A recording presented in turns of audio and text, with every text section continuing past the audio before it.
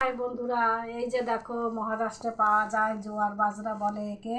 এটা কেমন করে বানায় সেটা দেখো। এই যে এইটা আটা, আর এইটা হলো আটার মতনই ওখানে জোয়ার বাজরা বলে। বম্বে পাওয়া যায়, আমার মেয়ে থাকে বম্বে।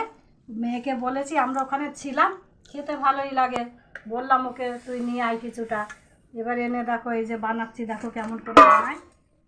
বানানো দেখাই তোমাদের। এইদিকে বানিয়েছি দেখো, অনেক কটা হয়ে গেছে বানানো, আর একটা বাকি আছে, আর একটা বানাবো। এগুলো কেমন করে বানায় সে বানানোটা তোমরা দেখো।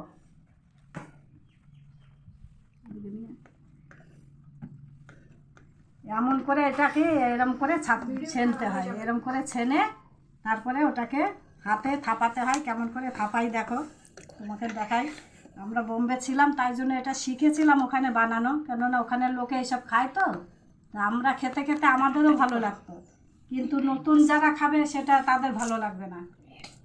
এখন এই যে বানাবো দেখো।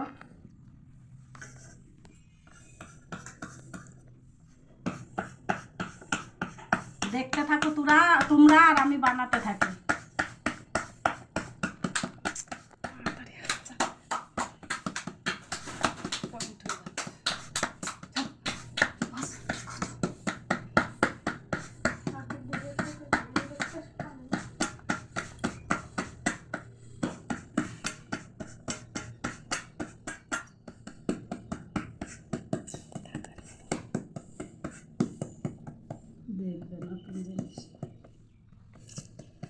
এই যে বানানো হয়ে গেছে, এবার আমি সেঁকবো দেখো।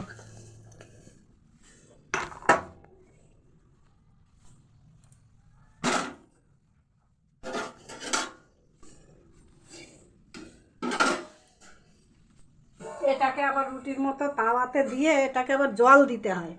জল না দিলে এটা উপরে ফেটে যায়, ওই জন্য এটাকে আবার জল দিয়ে প্লেন করে তারপরে এটাকে ভাজতে হবে।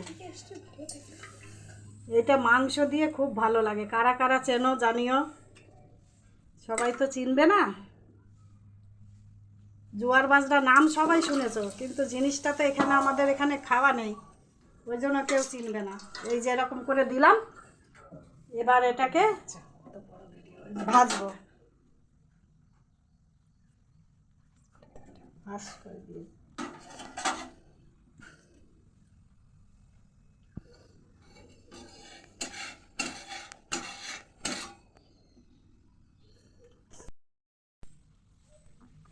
ভেজে দিলাম।